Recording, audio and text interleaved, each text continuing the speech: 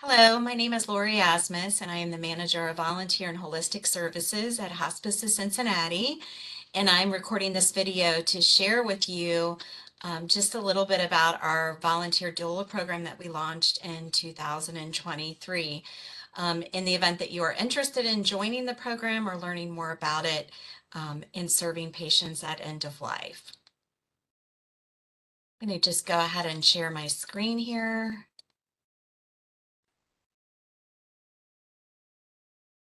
Wonderful. So just to get started, the Volunteer Doula program does apply across all of HOC Navigators, which is Hospice of Cincinnati, including our palliative home-based program, our grief support, as well as all areas within the HOC Navigator system. So why are we embarking on a doula program? The reason why is because, quite honestly, our population in America is in a caregiving crisis. We've had a growing aging population, which has resulted in increased utilization of both end of life as well as medical services, including going to the hospital and having advanced illness. We've also seen a growth in healthcare costs and a trend towards value-based medicine, trying to keep people well and living in their homes healthfully and safely, and how we can support them in doing that, as well as an increase in the importance of holistic health. Holistic health meaning their social, their emotional, vocational, their entire scope of wellness, not just their medical condition. We've also at the same time seen a decrease in family caregivers. It's not the family are not there and don't care about their loved ones, but they may live in different cities. They may have a blended family. The traditional idea that you have that adult daughter that can stay home and care full time for an aging parent is less the norm than it used to be in previous generations. We also have decreasing in healthcare staff, and that is systemic, both in the hospice field as well as in the general hospital profession. And then finally, just a decrease in resources, availability of assisted living care, availability of skilled nursing care, and people to come to the home to provide services. So this has sort of left a lot of caregivers at a crossroads of needing to seek advice, help, support, tips, assistance, and essentially navigation in the advanced illness for the care of their loved ones. So that's why we've seen a rise in the doula profession, and really want to start with what is an end of life doula. Simply put, it's really a companion for the dying, and it's more of a movement, a goal to provide presence, and that presence takes several different forms in the months, weeks, days, and hours before life. The presence could be is more non-medical, more holistic, looking at the quality of life. I think a lot of people want our aging population to have a great quality of life, end of life experience.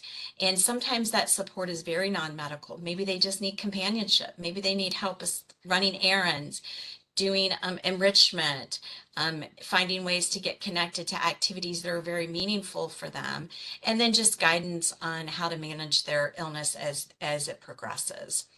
All of these are very complementary services to hospice care, and I think that's why end-of-life doulas is just so beautiful in this environment, is because hospice care has always been focused on the entire patient, not just the illness. And so we look at how is someone coping socially, mentally, emotionally, in addition to their medical needs.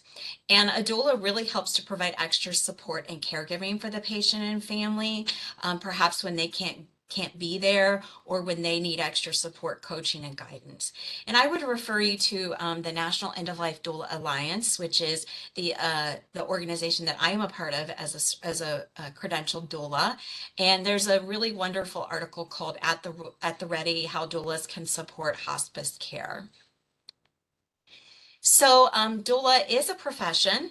It is an unlicensed role, meaning that there is no overarching credential for the state of Ohio or for the United States.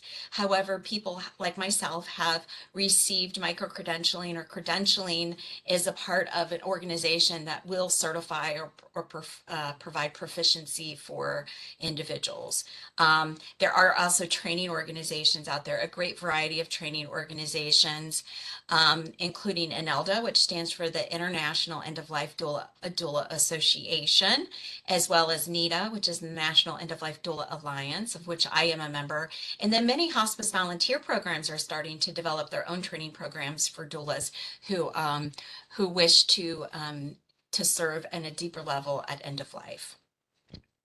Doulas can be hired independently and as a private practice, separate from a hospice organization. You might be able to find doulas online at places like care.com, or they may have set up their own practice and private LLC too. So our program is focused on how do we marry and create a beautiful marriage between the highly regulated role of hospice care and in the Medicare environment, in the healthcare environment, with this very holistic role of a doula, and engage people who are practicing privately in serving within that framework so that we can enhance the end of life experience for all of our patients and caregivers. So we have identified that within Hospice of Cincinnati and HOC navigators, our doula role will be a volunteer-based role, and that we will look at it as sort of like a super volunteer or as a graduate volunteer, and a training program by which to enrich and develop our volunteer skill set. It will be focused on the social, emotional, and vocational health. And I think one of the wonderful things is that a doula can actually follow a patient throughout the entire continuum of services at HOC Navigators. We will offer free of charge to people who seek this doula certification or navigation, the continuing education, the experience, the competency test, as well as the mentoring. And so there's a huge investment that Hospice of Cincinnati is putting to each of the doulas, as with the goal of being that they serve our patient population more deeply as volunteers. Key areas that we see our volunteer doulas serving in, of course, are vigil planning and presence. We currently have vigil volunteers, and our doulas may take a deeper educational role as well as a longer presence role in that service. Legacy creation, helping people to do memoir writing, capturing words, getting the family to submit content, and creating a real memory book for that patient family. Life review, assisting our chaplains sometimes if they are partaking in a life review with a patient, that maybe they help to carry that out in collaboration with the chaplain. Caregiver education, certainly providing more support to the caregiver and understanding advanced illness, the end of life journey, helping to coach them, encourage them, complement them, and be an emotional support for the caregiver as well. And then, as always, respite and companionship visits that we have done very successfully in our existing volunteer program. Additional areas where we see doulas bringing their special skill set to play is kind of in the healing arts. So if someone has a background in healing touch, massage, Reiki, pet therapy, all of those things that kind of make them a doula and provide that extra service. Also with funeral arrangements, we have several doulas who are very well versed in helping with celebrations of life, green burials, helping people to navigate that, as well as advanced care planning and spiritual care. So to become an HOC volunteer doula, there's 3 key requirements, and it is a designation that we will award people who've met these 3 pillars. The first of which is experience, and we're really looking for at least 1 year as a volunteer, a patient-facing volunteer, and 100 hours of service as an HOC volunteer. Or in lieu of that volunteer experience, we are accepting tri-health professional experience or professional experience at another hospice or organization. What we're really looking to establish here is that the person has varied experience with a variety of patients on their end of life journey to kind of round out that experience requirement. Not just caregiving for their own family, but caregiving for others in enough variety to indicate that they're prepared to experience lots of different scenarios as a doula.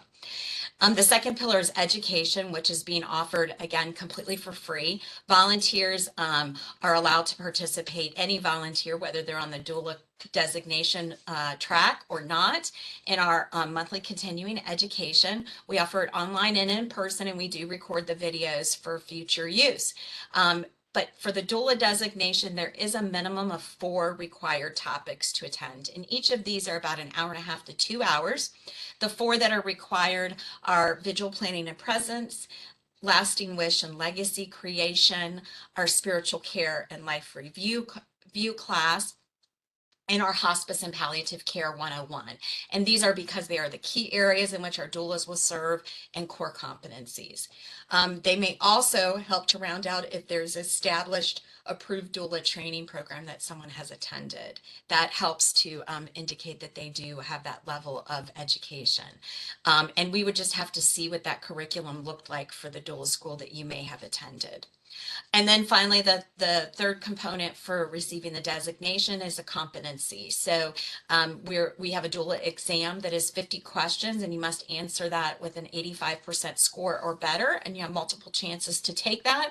And in addition, you will have to go through an observation and skills check with our team to certify that you are competent in the areas that you wish to practice as a volunteer doula. So when someone is ready to seek that doula designation, they will join what we call our doula cohort, and it's offered. Applications are open on a January basis, and again, to kind of applications that we're looking for are people who are experienced HOC volunteers. They have that 100 hours, years of service already as a volunteer, or a healthcare professional, or a previous doula program graduate. And we will schedule an interview for anyone that wishes to investigate joining the cohort. And then that year of that cohort is really about providing intense support and a network for that person as they're seeking their designation, but also to help round out their training. So we offer quarterly network opportunities. We offer mentorship opportunities with experts in our field, including our social workers, our chaplains, our nurse case managers, and we will continue to offer additional training and resources to the doula cohort throughout that year, and then finishing up with that final certification and designation. So a few questions that we've received that I'd like to just address is, can I work as a private hire doula and at HOC doula at the same time? And yes, you can. The biggest issue is, just like if you were an attorney or an accountant, that you can't have a client or a patient that starts with your relationship as a volunteer and then converts to a private hire. Essentially, if a patient, you accept a patient assignment pro bono as a volunteer doula, then that patient assignment has to stay, and you're prohibited from sharing your private hire services with that patient.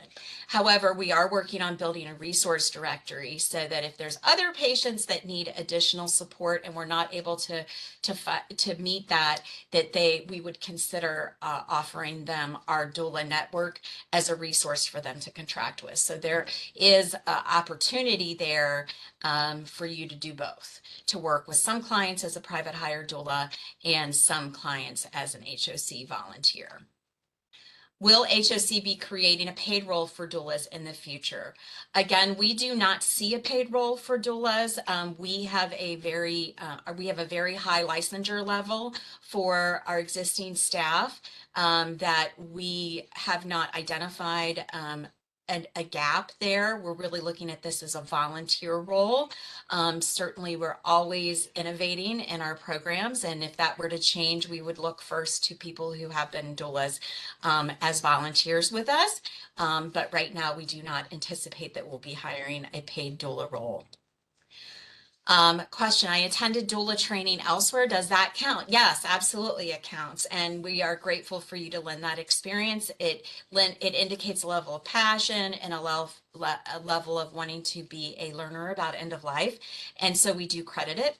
However, we really, because we are in this highly regulated environment, we need to ensure that you're going to operate as a doula within the framework of the HOC operations model. And so for that reason, you will be required still to take those 4 required classes and to participate in the cohort if you are a trained doula. And the boundaries for the doula are not based upon what your private practice or what your previous doula training is. It's based upon the guidelines that HOC has established for the volunteer doula role. Can I take the classes without the service requirement? No, we are not in a training education business. We are not looking to do a school for doulas as a moneymaker. We are really looking at this as how can we build up our existing service to our patients, and that is through volunteerism. So volunteerism needs to be a part of your thinking and a part of your contribution if you decide to pursue the doula program. So what are the next steps?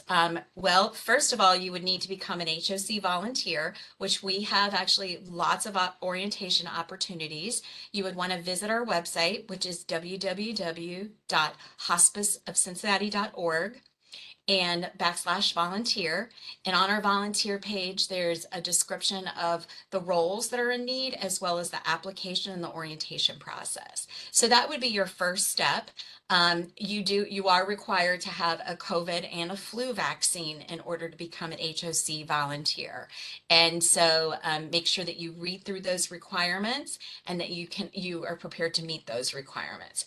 And our yearly goal is the commitment for a volunteer is 1 year of service, a minimum of 2 hours per week. That's how we arrived at the 100 hours to be able to take the volunteer designation. So you really need to kind of start serving in that area and begin taking the classes, the monthly continuing education classes as they're available.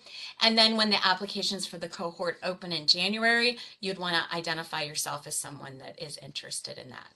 I'm proud to say that our first year launching, we have over 40 doulas in our first cohort. All of them are experienced volunteers as well as have attended training. And we're very excited about their energy and their passion and most importantly, how they are going to work collaboratively to meet the patient's needs and really give them the best quality of life and most meaningful experience possible. So thank you so much for your time. And if you have any further questions, I would encourage you to reach out, speak to me, and we would look forward to seeing you in our classes.